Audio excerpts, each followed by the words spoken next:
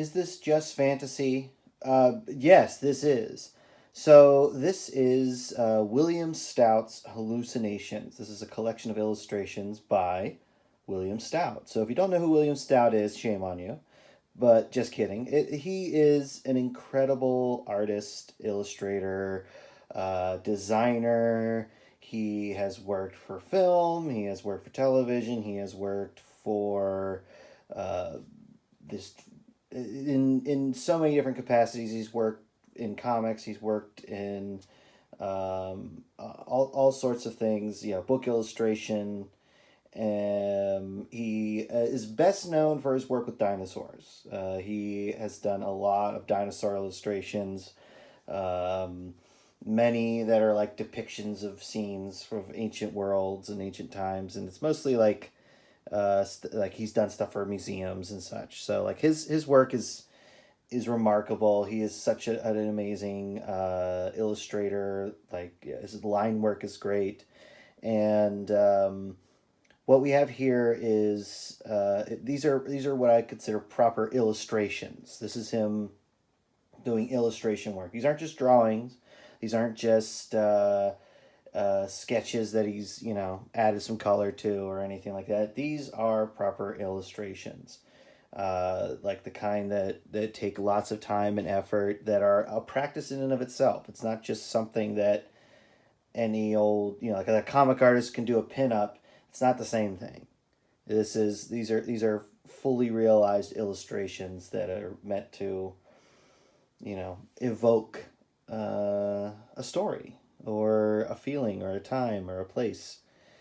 And it starts right here on the cover, right here with this kind of sinister looking kind of fairy wizard who has these kind of creepy wings. He's got like a bug's head as a headdress. He's got a death's head moth. There's bats everywhere. There's like this dragon thing, toads and spiders, lots of mushrooms. William Stout loves him some mushrooms, making no assumptions. He draws the fuck out of them. Look at these things. Look at this drippy mushroom. I love it. This snail, worms, glowing moths. It's got it all, and just also such amazing line work. Like I love these little lines bleeding in here.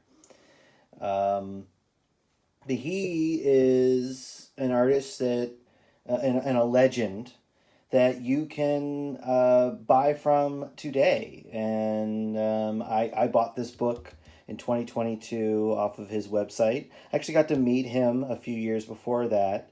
Bought some prints from him, and he's such a great guy, so nice and easy to talk to, very thoughtful. One of the great American illustrators, I think, of the 20th century. Just amazing stuff. And I highly recommend you support William Stout. Support the legends while they're here. Tell them that we love them.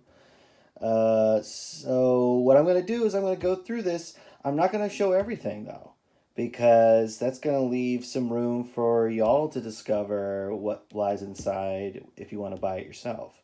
Because, I'm just going to focus on the ones that really speak to me and the ones that I want to talk about to just celebrate his work. I have other books of his that I want to go over, and I will. But let's just get started here with Hallucinations. I'm going to start right here with a classic troll image, for, like the troll in the kind of like Denmark tradition with like these tails, these big noses, the ears, and just a gorgeous illustration. Great composition, great use of negative space, of course. But I also love that there's this lovely water, this is like ink and watercolor is what most of these pieces are, if not all of them. And he's got such great texture in here for this negative space. It could have just been flat, but it's not.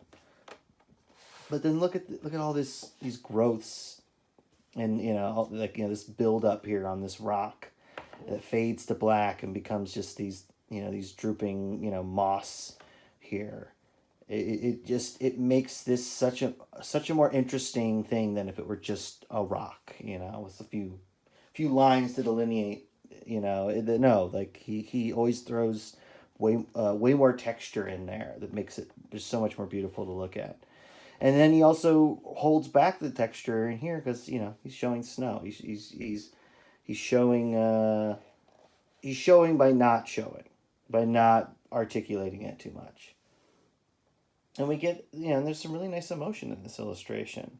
There's kind of this sadness, this loneliness. It's called The Watcher. And it could have been sinister, but no, he's it seems remote. It's kind of sad.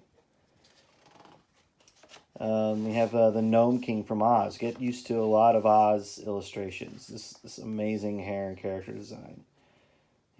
Great. Just everything's great. We have a Triceratops. Had to include a dinosaur here and a dude on top. Great use of spotting the blacks here. Because it grounds the illustration, keeps, because he could just cross-hatch the fuck out of all of it, but no, he wanted to have some weight in here so that it just feels, substantial, it feels solid, more so than if he would have just hatched it all. But the thing that really speaks to me is this little remark he did for me, and I didn't ask him to. He actually just, he just did it. And it's this amazing little dragon. Dragons are my favorite, so this just means a lot to me. And this makes this item way more precious to me. And I will, I'm not somebody who buys stuff and then flips it when you got a signature or something like that. Heck no. Like, William Stout is very influential on me as an artist. And there's so many things that I learn from him every time I look at his work. And I want to just pay tribute to him by telling everybody about him and also by trying to do good work inspired by it. So this means the world to me. But let's get into some of these amazing illustrations. So right here we have the fawn from Pan's Labyrinth, and just starting off here with a bang, just like I've said it before that like an attention to detail when it comes to depicting the natural world, to depict both the warmth but also the danger and also the power in nature, I think is essential to getting fantasy art right, and this has it in spades. Like just all of this going on here, this little owl here, all of the mushrooms and growths. It feels alive. We have a little toad here. Throwing in a skull won't hurt. Have this amazing sinewy snake. That's the one thing he's really good at is he knows anatomy, especially of like creatures and such, and he applies it to these mystical things. Because I love that it looks like it's just going to be a snake, and then you get to the end and it's got like arms and wings and it's this little dragon thing, and then and then these little fairies. I love that, like when you break it down, it's very simple line work, but yet it goes a long way, and then he's able to imply so much more with just few lines. And I think limiting the amount of or the scale of your work, I think is good in crafting a style, because like if you just can get infinitely small or infinitely large as far as your lines go, it's just gonna kind of be a mess. But here he can only go as small as his brush or his nib can allow, and by that limitation it's an advantage because it means that you have to use your lines wisely and carefully, and be both delicate and robust with them. But just such an amazing illustration to start off with, and also just great, nice muted color palette. Great stuff.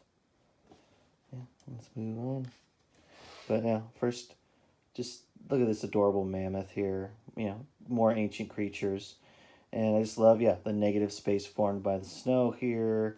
And I also love how he breaks up this fur with these little There's little kind of loops in here, these little marks that for me read like it's like mud or dirt kind of caked up into the fur, which is lovely stuff. But then also how he does like these skinny poles for the trunks, and then just throws the fir trees on there in black. It's great, and these lateral lines to denote the sky. Just it's it's sumptuous. It gives your eyes something to grip onto. As you know, as this little pile of snow in the front, like isolated with color, but also and it has to love these little kind of ribs. These ribs of line here. So we gotta talk our first dragon here. This dragon up in a tree feeding its young. I love a great sense of scale because he's like feeding them like a moose or something.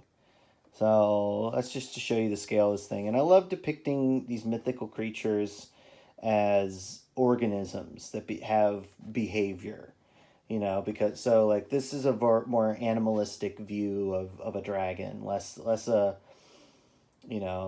magical creature and more of just a creature. And yeah, his many years drawing dragons and reptilian creatures. He knows how to kind of articulate scales and sinew under the skin. But then he also he's able to kind of mythologize it. He's got this kind of human looking arm here. But that's because it's not just a reptile. It's a dragon, for goodness sakes. And we have these babies. I love these just simple straight line down kind of like Spanish moss on these coniferous trees here. It feels like an ancient world. And then we have these great textures just thrown in there.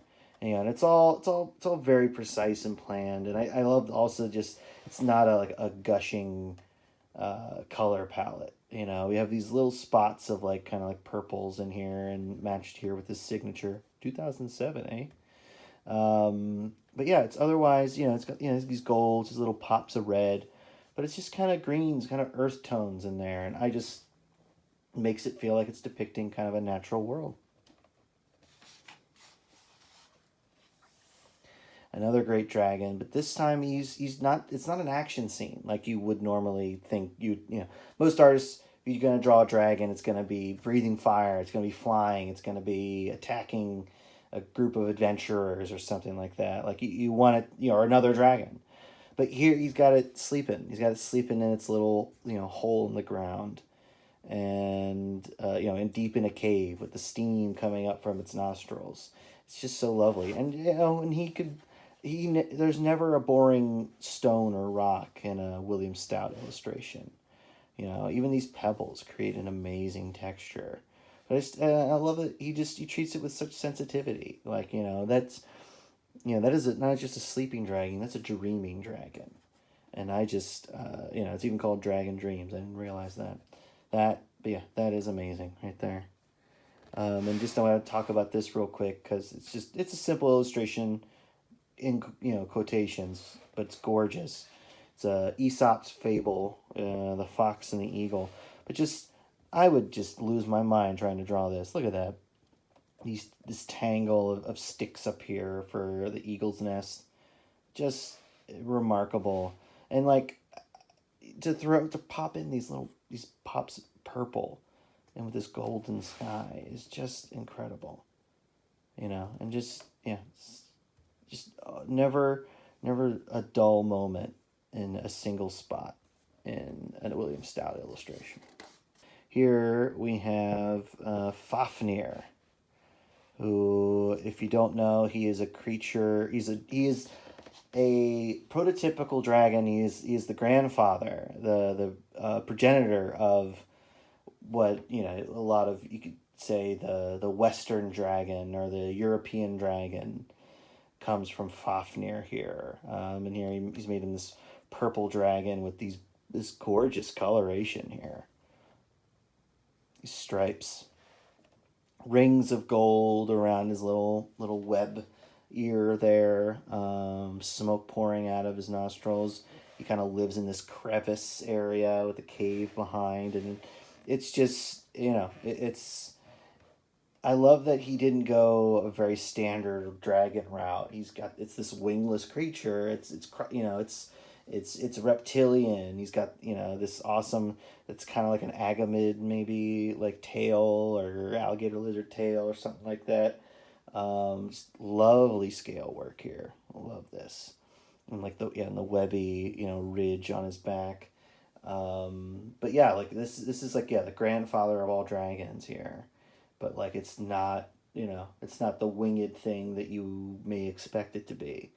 But yeah, Fafnir from the Legend of Siegfried and the Ring of the Nibelung, a creature we will return to, no doubt, in many a video. But I love that William Stout is our first. So I gotta love this depiction of a fairy. So fairy. You could think of there's many different ways to depict them. You could do one that's like, oh, it's a or here a humanoid with butterfly wings, but he's thinking differently. He's like, okay, what if they had warriors? And like they make weapons out of twigs and like bug parts, like like a bug's pincer. He's got a bug's head for his like helmet and headdress. He not only has like monarch butterfly wings, but he also has like dragonfly wings and beetle wings, all sorts of things going on. What imagination! And he's got to throw these little mushrooms in there. These great little splashes of these green leaves in here. Just love it. Absolutely love it. What imagination, huh? 2009, called Sky Warrior. But yeah, like just it's a way of taking something that you think like a creature or something you think and doing something different, or adding something of interest to it. I think that's amazing. Yeah, almost missed it. Got to talk about this. The Jabberwock. So you kind of have to base your Jabberwock, on the original illustration from the Lewis Carroll Through the Looking Glass book. But, he, of course, does his own thing with it. He adds some more of his studied kind of like animal anatomy to it, more like bird-like things in the talons and such. But you still have that weird-looking Jabberwock face. You kind of have to stick with that, otherwise it's not the Jabberwock. But and I love, one thing I love is like he can do like a simple crosshatch like here for this tree. And as long as he keeps it there, it just reads as tree. And then, it turns into lateral lines here because it needs to be simpler because you don't want it to conflict with the texture in the Jabberwock itself. And so you turn it just to straight vertical lines. But yeah, just isolating different kinds of textures, I think, is just a powerful thing to do for a line-based illustrator. And then in here, this rock is everything to me. I love these lateral, this hatch right here, broken up by this kind of like mossiness. That is something that like, I think I did it once or twice and I felt myself really proud, but like he makes it look like I'm a fool for thinking I did it well, because this is amazing. And it turns into this grass here. That's one thing, is that like you're never going to see a dull rock or tree or anything in any one of his illustrations. He is going to turn it into a thing of beauty in and of itself. All right, so we're in the land of Oz here with the scarecrow, and what did I just say about never a dull item here? Like, look at this amazing bark on this tree, and the nice spotted shadows in here, just to kind of put our focal point right here, where we have our most contrast is on our friend here, who's he's simple but he's sweet. Great. Love this worm sticking out of this hole, and my favorite part though is the crow with the top hat and the corncob pipe and the scarf. He looks quite jolly, quite nice. And just a little touch of that yellow brick road, and of course these amazing clouds with these kind of receding lines. It's just amazing. Definitely a product of his influences. He lists them in the front of the book, among them being Arthur Rackham, who's somebody I'm going to definitely come to very soon, as an early influence on the fantasy genre.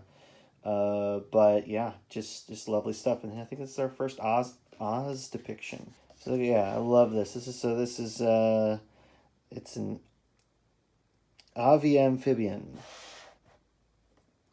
I don't know. Anyway, it's amazing. He's I thought Battletoads when I first saw him, but he's a frog. The thing I want to note about this, I mean, everything is great about it, everything. But I love that he has a simple hatch on the grass here, but he keeps it there, and so it just reads as its own type of texture. It's like the building blocks or something of the grass there, and but yeah, it just reads as its own texture, so it doesn't conflict with anything else, anywhere else in the drawing, because the cross hatching or hatching or in texture is just different there. And I love that kind of isolation and designation. It just works really well. So this is a gorgeous illustration. This little sea dragon here from 1993. This is what I mean when I say that illustration is its own practice. This is, academically you could say this is a simple drawing, but it isn't. There is so much specifically planned about it, from color to line and line weight to textures. Like, I love all these lines in here for the waves. It just is so, like, it makes my eye want to hold it, to grab it. Like, it would be a very satisfying experience to just grab or touch the texture of these scales, these overlapping scales, and just the little, like, barnacles in the belly of this sea creature, and yeah, and then also just the character he puts in the face, and that he keeps this area open because it's like, no, I want you to pour over the texture that I've put in here, and just gush over it. It's absolutely, it's what I want people to get out of work I do, is just like, I want people to pause and just look over it and enjoy it, like, because yeah, there's not a single spot on this illustration that I don't want to look at all times, but yet it also has a proper flow to it as far as composition. That's the power. I love this Dragon's Treasure illustration. That's what it's called. Just, I love this nasty kind of looking dragon, and he's got, like, double tails. He's got these kind of warts on it. He's got these beautiful jewels here. And, he's got, like, a ring here in his ear. I just also love how weird and gross his, like, wings look. Also love these lateral lines. But I really, like, similar to that grass before on that frog illustration, I love that he's created a specific texture and, like, line work for these monoliths here, that's just, vertical lines. And there's some vacillation to them so that he makes them feel like a texture. It's not just, like, straight vertical lines. But yet it's different. It keeps it different from everything else around it, so that you don't get lost between the dragon and the background, because, like, that just straight vertical texture doesn't exist in the dragon. And he also, of course, throws in these pockets of dark shadow and stuff like that to further, like, push parts of him back and pull other parts forward. But just, yeah, and then the kind of wisping of these lines in here and the clouds, like, it says to me that, like, yeah, it's a designation of area. And then the fact that he keeps, in this cloud here, he keeps it mostly just negative space, is so that allows, the all the detail he's put into these jewels and the dragon itself comes through. It's so smart.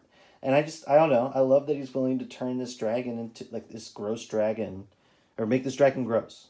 That's what I mean. Is that he's willing to make this dragon gross because it's easy to make them seem like beautiful, heroic, graceful. But I love that he's this kind of grimy looking little thief. Yeah, it's wonderful. So another dragon, of course, but I have to talk about this rock that he's sitting on. Yeah, I know this dragon is amazing. I love all these scales and the variations and and I like that he puts little rings on them. It gives them kind of like not quite personification, but just like there's more going on than just being an animal. But like, look at how he just varies up all the different textures in this rock here. And what that says to me is, or what that tells me is, he's putting the amount of like lush detail and beautiful texture and even like fun into the rock that this amazing, beautiful dragon is standing on. So that like when he gets, as I feel like when he got done with the dragon, it's it could be easy enough just to be like, all right, it's just gonna be a big like black thing he's sitting on. So that way I don't have to draw anything there. So I put all the detail there, and then I'm whatever. Like, no, I feel like when you get to a certain point as an artist, you learn about the marks that you like to make, and the marks that feel right to you, that feel right for your style, that feel right for your, the texture or whatever they're trying to depict. And you just kind of hone in on it. And here he's making sure that every part of his illustration is interesting to look at, like I've said before with the other pieces. But just you're throwing in these little lateral lines, but just throwing in all of this in there, it just makes it as interesting and beautiful to look at as the dragon, the focal point of the illustration. And that can't be, that it's not an accident. It is absolutely purposeful. Love his posture, love that the all those teeth in there. It's quite a grin. It's just it's never a dull moment anywhere in a William Stout illustration. This beautiful sea snake hiding in the seaweed, and I love that just it fades into, some of them are just color right there. But yeah, his observation of like snakes, like he's drawn himself a couple of snakes. He's looked at some books of snakes, but yet he's able to make a monster out of it. And I love this collection of skulls down here. And that's what's important about the difference between a pinup and illustration. Is a pinup is just a drawing of something. A pinup of Superman usually isn't implying more than like it's a drawing of Superman. Even if he's doing something, he's punching Lex Luthor or something like that, it's not implying a specific story or like a story that you don't know. Whereas with an illustration, like, there's a story here. I could write a story about this serpent and these skulls. Like that's what a great illustration does. It invites that. It invokes that. All right, can't pass by the witch here. This witch of the Candy Kingdom, from Abu and the Seven Marvels. Like, I mean, look at all this candy. Like, so much of it is done in just straight color, but that's because you want to get the texture of like a candy stick or a candy cane or something like that. Correct. These gumdrops, like Twizzler looking things. But like, the witch herself is just great. Like, love like just the shape of the body, like, and also the design of the clothing. And she's got like rats and toads on her so like even in the Candy Kingdom, she's making magic with gross shit, and like just everything. Look at all this fucking candy up here, oozing, dripping honey, candy tree. It's just wonderful. And a gorgeous Pegasus with this kind of like almost Art Nouveau treatment of the hair. Sumptuous. It's lovely. Just a very delicate touch with the color. It's amazing. And even though it may not be spooky season for everybody, it is to me. And we have this, I don't know, it's just a cool illustration. It's Halloween stuff. Got zombies, weirdos, bats, Vlad the Impaler, like sexy Dorothy. I don't know. This guy, I don't know who he is, but he's my favorite of this whole thing. Weird tentacles, this thing, classic witch, castle. Like it's all great. It's called Oz the Dark Side. And it's from Mask and Makeup Company catalog cover. Yeah. Frankenstein. Love it. Just another great illustration here. Got to point out the skeleton, especially like a Grim Reaper here. The Guardian of the Rose is from Abu and the Seven Marbles. It's like, and I don't have to know the story to like feel like there's one here and to invent one even in my mind.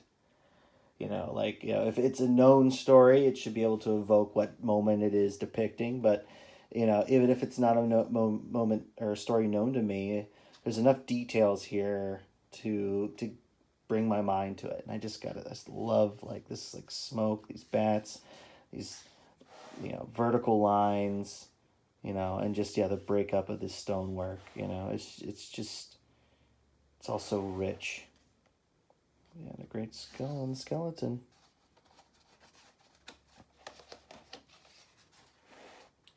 And a troll to suit the end of your day. It's the classic troll. And a watery inspired dragon. So that is Hallucinations by William Stout. So I didn't touch everything that was in the book because you can buy this book from William Stout. Man is, I believe, at this point 74 years old. And he still sends out his own prints and stuff. And he drew this for me just a year ago. And I just believe in letting these legends know that we love their work and we're inspired by it. So like create work that's inspired by him, buy his work from him. His website's still up. He's got all kinds of great like convention sketches on there and posters and books and all sorts of things. Become acquainted with William Stout. He's such a great artist, and he was a really nice guy when I met him. Learn from these masters, but also tell them how much you appreciate them. And if you have an art lover in your life, a fantasy lover in your life, this could be a good addition. And yeah, there's still more treasures to be seen in this book that I didn't cover. But yeah, absolutely support William Stout. And if you want to support somebody who is inspired by William Stout, you can, of course, buy my books. I definitely say support him first, but if you have some money left over, you can buy some side questers, either the full 8-issue first volume or an individual issue if you just want to check it out. You can read my Haxan anthologies of stories of witchcraft that take place in the same world as side questers. It's like witches and wizards and such. Or if you like superhero stuff, I have 3-Panel Origin, which is my weekly webcomic that I've collected into this first 3 years, like revamp book. And 3PO Comics, which is my characters from the same universe as 3-Panel Origin, just in silly stories. It's like The Tick or something like that. But if there's anything else left to say, it is thank you, William Stout. We love you, and support him.